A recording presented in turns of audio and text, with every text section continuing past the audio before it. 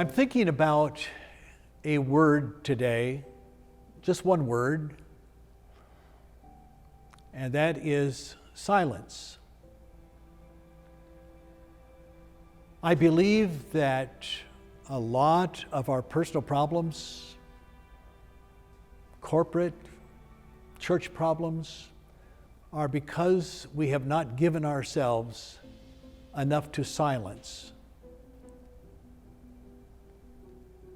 Do you realize that the words silence and listen have the same letters in them? Very strong relatives. Silence and listen.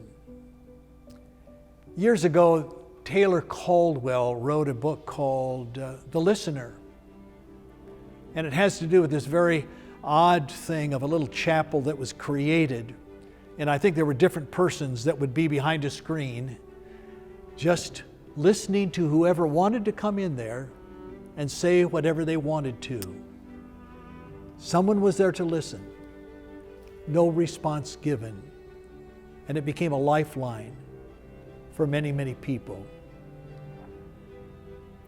I remember a man who could not be any farther different from me, certainly politically, theologically. He was bringing me all kinds of stuff. But the deal was that I would just listen to him. I wouldn't get into argument. I would say, no, that's wrong, or try to push him around in that particular way. But I would just listen to him. And that was 40 years ago. And I need to let you know that even today, he stays in contact. And in fact, he called me on this day to let me know that his wife has Alzheimer's and he will need to be taking her to a place for very good care for her. And then he went off on his theological and political thoughts, totally different from myself. Now, the interesting thing, he never would press me and say that I needed to, in fact, agree with him.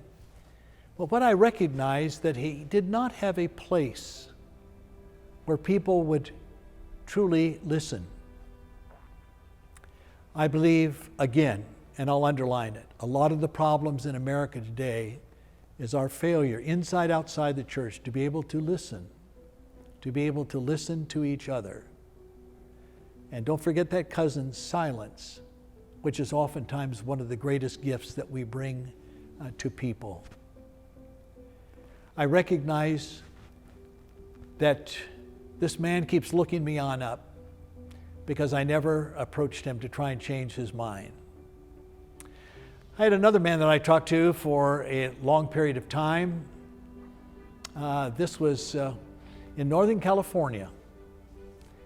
And he came to me one time and he talked about how the church had transformed his life. And as I was leaving the church, he thanked me for being there to listen, yes. Oftentimes in silence, yes.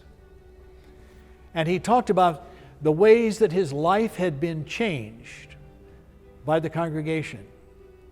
And then he looked at me and said, the greatest change has come in my life because over a 10-year period, you never, ever, ever gave me advice, only listened thoughtfully and repeated back to me what you heard.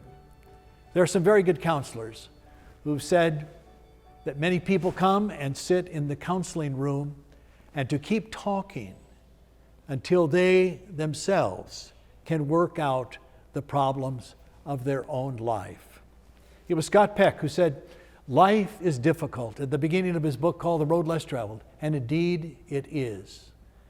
But a lot of that load is lightened with good listening and with the power of silence.